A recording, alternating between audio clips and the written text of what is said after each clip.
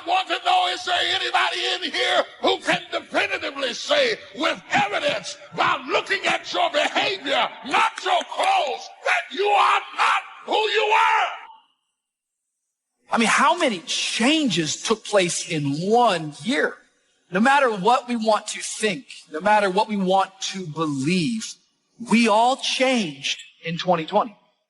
My life changed, my mind changed, my habits changed, my discipline changed. I am not who I was. Some of you, you're even watching this right now, and, in just less than 10 months, your whole life looks completely different. And you weren't expecting that. You weren't planning on that. You had no idea those changes were coming. Suppose the question is, did you change for the worse, or did you change for the better? Because everyone changes, but not everyone improves. Successful people know how to change with the times. They don't get stuck in a rut, doing the same thing the same way year after year. They're constantly evaluating where they are. They make adjustments so they can improve. We have to stay open for change. We can't get so set in our ways that we won't try anything new. This is why many people don't have any enthusiasm. There's no freshness in their life. Every time an opportunity comes for change, for promotion, because they're not used to it, they shrink back. They don't realize that's what's keeping them from going to the next level. I had a change in my heart. I had a change in my hands. I had a change in my behavior. When he got to change in me, I thought completely differently than I do today. You can see it in my walk. You can see it in my talk. You can see it in my behavior. People I used to run with, I don't run with anymore. Places I used to go, I don't go no more. I know I've been changed. I know I've been. But how many of you know that when you get tired, when you get fatigued, when you get desperate, you start lowering your standards pretty quick? Like, you ever woken up in the night mad thirsty? Dude, you make your way to the refrigerator, you open up that refrigerator, the light hits you like it's heaven. Because if you get thirsty enough, you'll drink anything. Some of us have been on the faith journey for a while, and we have gotten tired on our journey. Yet when you start to get tired, it's a bad moment to make big decisions because you will lower your standards. Some of us in this room, we have settled for second best because we traded an eternal blessing for short-term gratification. Napoleon said, number one, a leader needs unwavering courage. I don't know if I totally agree with the unwavering part of this or not, because sometimes our courage does waver a little. It bend but not break. Courage mounts up, and then sometimes we have the doubts that creep in, and we reach a little deeper to find that courage that overcomes our doubts and our fears. So I would probably debate a little bit with Napoleon on this unwavering courage, because sometimes courage does waver. But as long as it stays, as long as in the end, there it is to serve you. The courage to do what you didn't think you could do. The courage to step into territory that might be a little unfamiliar. The courage to talk to somebody you don't know. The courage to attempt conducting a meeting. The courage to give your first testimonial. The courage to solve problems you couldn't solve before. That kind of courage. Courage to stand up when it's sort of dark in your corner. The courage to do it when it isn't going your way, seemingly. That kind of courage. Wavering a little at times, yes, because we all have doubts that attack us. We all have small fears that creep in. That is the nature of life. But that's what faith is all about. That's what courage is all about. To serve us when our doubts will not serve us well. Faith to overcome fear, and courage to overcome our doubts. Second, Napoleon said, self-control. That, of course, is the very essence of life itself, is self-control. Because we all have this warfare going on. It's going on in the world, the warfare between liberty and tyranny. In our own body, the warfare between health and illness. The struggle is on. Struggle between light and darkness. The struggle between good and evil. I call it opposites in conflict. And as soon as you're born into the world, as soon as you find yourself and discover yourself on this spinning planet headed somewhere, you know that this exists. To be a civilized society, we must drive the dark side of our nature into a small corner and let the positive side flourish.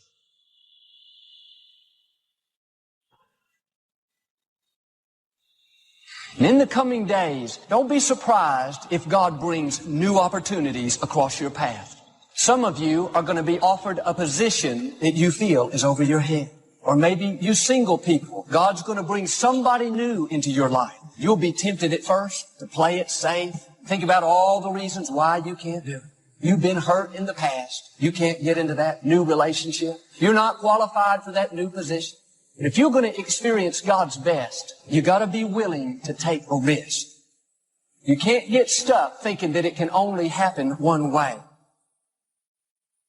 This life that you're living is one long, big journey. And maybe you hit an obstacle on the way that slowed you down, or maybe put your goal on the back burner, but do not call yourself a quitter.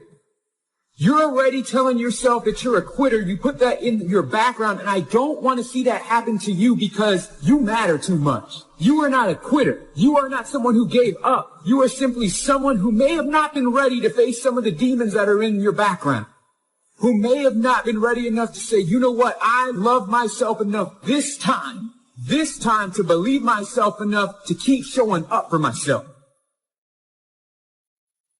What would you do with your life if you had it to live over?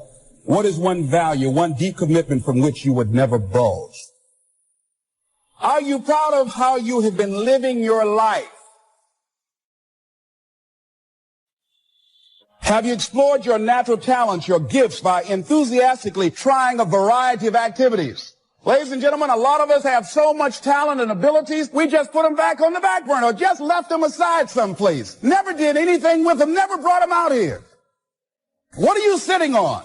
What gifts are you sitting on?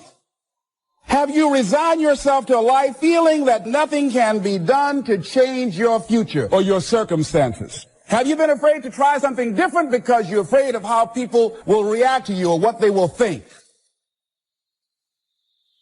Early, we must learn to exercise self-control. Power is a wonderful thing, but it must be exercised properly. It must be exercised to benefit, not to destruction. So self-control is certainly necessary to be a strong leader, so that you can become the best example. The example of having your temper well managed, to having that dark side of your nature under control. The best example of choosing wise words and not being careless. That kind of control. Control of your appetite. Control of your desires, so that they fit into the positive side of life and not the negative side. Then he said a leader must have a keen sense of justice. How very true.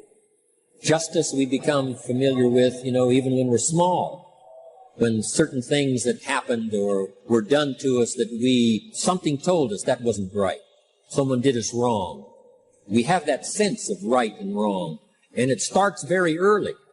Then we have to have that sense of utilizing what's right and what's wrong so that we develop this sense of justice, this sense of being fair, this sense of being on the positive side, on the right side. To minimize a person's mistakes, they need to have this sense of justice. We have to have justice when we're building an organization. What's fair, what is a good balance, certain rules and regulations, so that all of us have a chance to fit within this framework of fairness, justice, and what's right. Otherwise, enterprise cannot work. Otherwise, we have what we call, in a political sense, anarchy, where there is no justice. When might is the order of the day, power is the order of the day, not the law, not the rule, not what's right, but power. And we would all dismiss that. It's been a catastrophe in the last 6,000 years, the governments that resorted to power instead of democracy, that resorted to intimidation instead of freedom. And we all know the terrible toll that takes. But it takes a toll not only politically in a country or politically around the world, but it takes a toll even in enterprise. It takes a toll in school if a teacher is unfair. It takes a toll in working on a team where someone is unfair or where the leadership is not fair in the administration of justice. So this is true. A keen sense of justice and what's fair and what's right, Part of this we have to learn as we go. You know, you don't have it all the first year. You haven't got it all the second year, the third year. After all the years that I've been around, both as a human being and as a business person, you're still, even at these years, trying to decide what's best, what's fair, what's right, to give balance to our life and to build on a firm foundation for the future. Here's another one, he said, definiteness of decision. Indecision is the thief of opportunity. If you don't decide, the opportunity could slip away. If you don't decide what you're going to do today, the day could get away, and you're not very effective. To the best of your ability, have some idea, some good plan. Sure enough, the day escapes, and in the morning you say, let's see, what should I do now? In the afternoon you say, hey, time's getting away from me, what should I do now? And now most of the day is lost. When I know I need to change something, what I do is I change it. I've had people that listen to the podcast, and they've reached out to me over the past few years, and one of the main messages that they took and put into action was actually putting things into action.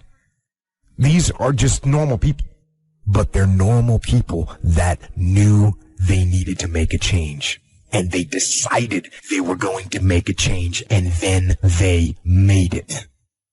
And that is what you can do too. If you have something to change, if you want to change something, change it. Change it now. Find something that you can look at your life that you say, hey, I know I've got a problem in this area, being late. I need to take care of that. Procrastinating. I need to deal with that. Creating an imbalance in my life where I'm spending more time looking at television or having social fun and not spending enough time working on me. See, most people spend more time working on their jobs than they spend working on themselves. And whatever we achieve in life, whatever we create, whatever we're able to manifest comes out of the human mind.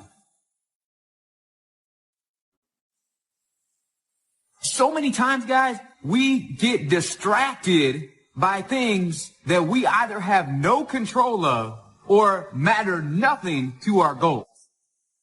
I want to ask you guys tonight, just do a little favor. And I want you to write down things that you focused on today that held you back from being the person that you want to be. Did you worry about the behavior of someone else, something that you got no control over? Or did you stress about something that hasn't even happened yet? Did you give yourself negative vibes because you're worried about something that you have a fear over? And I also want you to write down things that you focused on today that helped get you closer to the person that you want to be. Did you eat right? Did you exercise today? What are things that you focused on today that you know are going to make you a better version of yourself so that you can show up stronger tomorrow than you did today? You've been given the dignity of choice. You don't have to repeat this year the same as last year. You can tear up last year's plan, develop a new plan. Now here's the choice on being a human being: to be part of all we were meant to be, or to be all, to strive for all, or half, or some. The choice is up to you, to develop one skill or 10 skills. And this is all a matter of choice. And when someone says, no, you ought to learn 4, you've got to resist all that, because this is personal dignity. And you don't want to destroy someone's dignity by doing all the oughts, and then they feel reluctant to do it. Now we've got problems. Most of the day escapes not being utilized. It doesn't work for you simply because you didn't make those decisions early, at the early part of the day. The decisions we make in the early part of our life sometimes last for a lifetime. The early decisions that you make about what you're going to do with your life, those decisions are vitally important. If you neglect them and don't make them, sure enough, the time passes, and the opportunity sometimes is diminished, and sometimes you spend a lot of time now catching up simply because you didn't make those early decisions. So it's the decisions at the first of the day, it's the decisions at the early part of the month, it's the decisions at the early part of the year that greatly determines what kind of...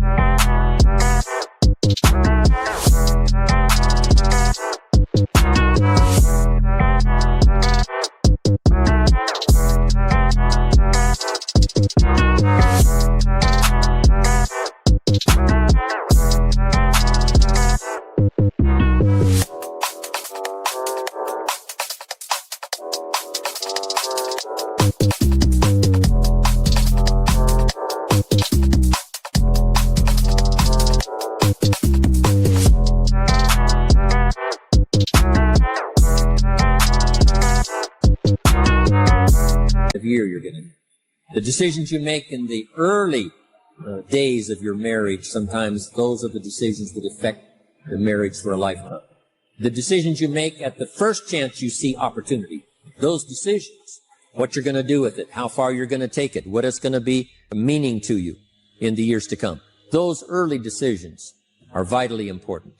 Then we need decisions to correct poor decisions, to overcome our mistakes. It's possible, of course, for all of us to make unwise decisions. And at the end of 1 year, at the end of 1 week, 1 month, or at the end of a few years, we say, that decision cost me too much. Cost me a lot of time, cost me a lot of money, cost me maybe a good relationship, cost me a chance to be productive. But as long as you're alive, there's still a chance to use new decision power to correct the mistakes of decisions that were bad in the past. All of us have the opportunity to do that, but I think Napoleon was right here too. You got to be definite in making decisions so that the opportunity doesn't pass you by. Take advantage. Here's the next one. Napoleon Hill said, a good leader has definite plans. How important that is. So here's what you should do. The lack of plans have lost a month or two, or you've lost a week or two, or maybe you've lost a year and you were 10% effective instead of 100%. Now's the time to change all that and start making some plans. You got to have some plans for your family. All right? You got to take your family along. Don't leave them out. One of the challenges all of us have in making our plans is how to balance everything, to make sure that we don't regret at the end of a year, I spent too much time on that. I spent too much money. And then if you have, say, how can I not do that again? Construct some better plans so that you won't have any regrets at the end of a year to come, 5 years to come, 3 or 4, 5 years to come.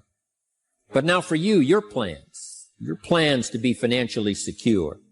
You got to have a good plan for your resources so that you find yourself secure regardless of what happens. One more on plans, and that is the plan for your personal development.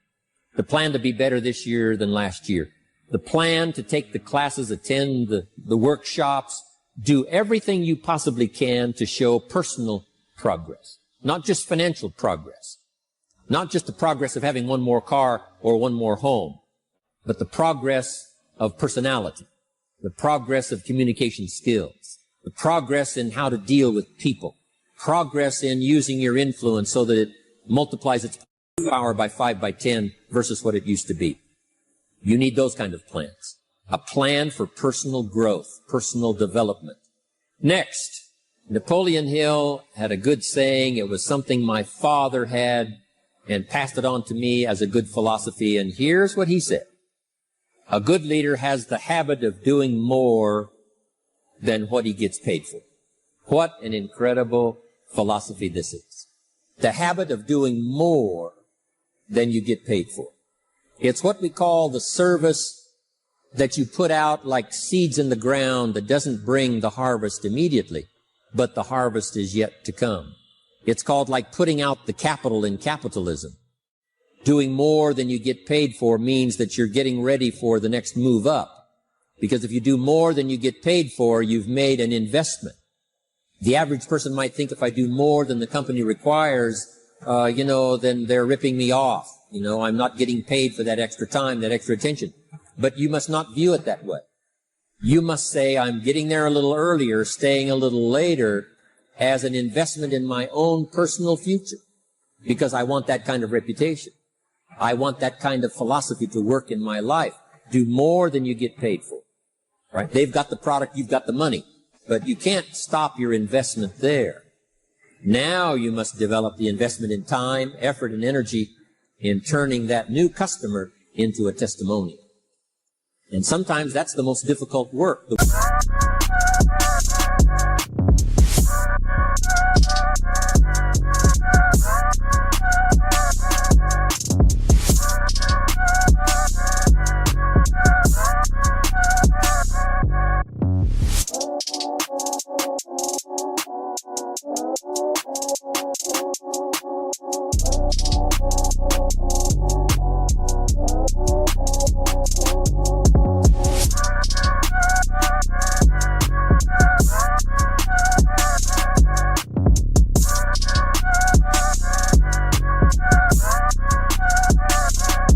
after the sale.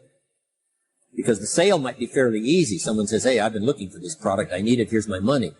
But now you've got to stay with them, make sure they don't just buy the product, but that they use the product. And that they don't just use the product, they keep using the product.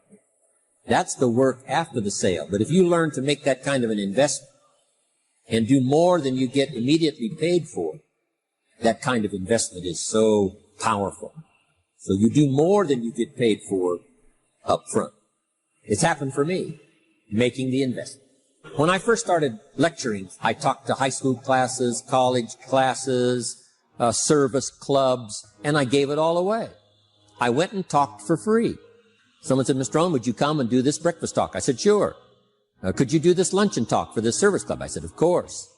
And all of that in the beginning was for free, primarily because I'd made my fortune. You know, I didn't need the money, but I did it for free. But look what it's made for me by giving that kind of service in those early days. And finally it led to business and led to an enterprise. And I was giving a seminar all those years ago here in Los Angeles, and Mark Hughes was in my audience. So what you don't get paid for, don't worry about that. Just render the service with the vision of the future that it'll come back multiplied if you have this kind of habit, this kind of philosophy. Next, Napoleon Hill talks about personality. You need a pleasing personality. There's many parts to your personality. One is your working personality. You know, the kind of behavior, the kind of attitude that you need, especially in the public. Some things you can kind of get by with being a little careless, maybe in private, but in public, where it counts so much in your paycheck, it counts so much in building your business for the future, your own personality. But here's what you also must remember. You develop your personality in private so that it serves you well in the public. Sometimes we get the mistaken idea, I can be careless with just these few and be more careful when I have 1,000. But see, that doesn't work that way. Careless with a few, sure enough, that will creep into your presentation for 1,000 people. You say, well, I'm only talking to 2 people, it doesn't matter much. That's when it really matters. Because if you'll practice well there, using your personality, using your influence, to get someone's attention, to get them to listen, to get them to participate, the kind of personality that someone says, I'd like to be around this person. They're unusual. They're not like the average person I meet on my everyday experience. That kind of personality. But you've got to practice it behind the scenes. You've got to practice it one-on-one. And if you're effective one-on-one,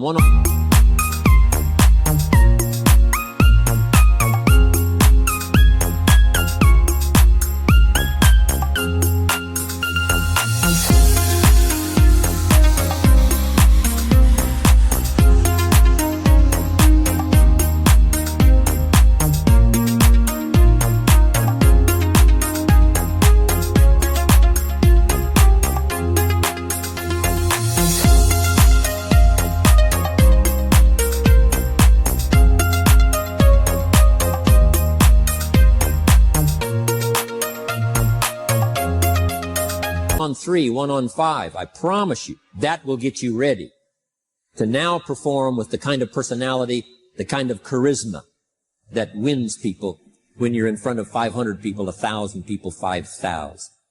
So this is a good point, working on your personality. Here's the best gift you can give someone, and that's the gift of attention. Attention is so powerful. So, same thing you can learn to do. Utilize your personality, utilize your influence, give people the gift of attention. Next, Napoleon Hill said a leader needs sympathy and understanding. We have to develop that early in our lives. All of our lives, we have to look at those that are less fortunate than we are. Those who need a helping hand, and especially now we learn to look at those who need an opportunity, those who need a change in their health, those who need a change in their life and in their lifestyle. It's this kind of sympathy and understanding that drove Mark Hughes to construct the company. It took that kind of understanding, that kind of sympathy, that kind of deep emotional feeling. Then Mark understood what it meant to be poor. He understood what it meant not to have. He understood what it meant to be short on finances, on resources. He understood what it meant to lack full formal education. He knew all of those lacks. And instead of crying about it, he said, what I will do is change it for myself And then I'll help other people that have the same challenge. Lack of education, lack of the money, lack of the resources, lack of good health, faced with all kinds of difficulties they can't solve. I'll get mine solved, and then I'll be strong enough and have the skills to where I can help other people. That kind of leadership quality is so powerful. That kind of understanding. Here's the next one. A leader must have, Napoleon said, a mastery of the details. How very true. All can be lost with just a couple of missing details. The drama is in the details. Someone says, I lost 30 pounds. Well, 30 pounds is 30 pounds, but that's not the drama. The drama is, where were you before? Now someone begins to give us some of the details. And then after they've lost the weight, now how they feel. Now their self-confidence has been restored. Now they feel better about themselves. The drama is in the details. But this is also important in the details of your day, the details of your business, the details of good communication. Master the details. Now here's the next three. Willingness to assume full responsibility. Mark Hughes says, what happened to me might not have been my responsibility, but what I do about it is my full responsibility. I've had some things, some people did me wrong. In his first couple of business experiences, he was done wrong. Some people ran off with the money. He was left holding the bag. But he said, that's what happened. And I was not responsible for what happened, but I am responsible for saying to myself, now, what am I going to do about what's happened? If a hailstorm destroys the farmer's crop, he wasn't responsible for that. But his responsibility now begins when the hailstorm is over, when he asks the question of himself, what should I do now? Now that this catastrophe is over, now that the damage is done, now what should I do about it? And a philosophy I've taught all these years, it's not what happens to you that determines your future. It's what you do about what happens that determines your future. And this is a major part of it, accepting full responsibility. If you've got an organization, you're conducting meetings, and you're the leader, the responsibility ends with you. Someone else may mess up, make some mistakes, still your responsibility. Some things over which you have no control, understandable. But what you do about it now, how you fix it, the diplomacy you use, the strategy you use, that's the kind of responsibility now that depends on you. Also, you've got to be responsible for your future. Nobody's going to fix it. No one else is going to design it. No one else is going to come along and say, hey, I will make sure it all works well for you. You've got to take all the input. You've got to take all the testimonials, all the teaching, all the training, all the influence.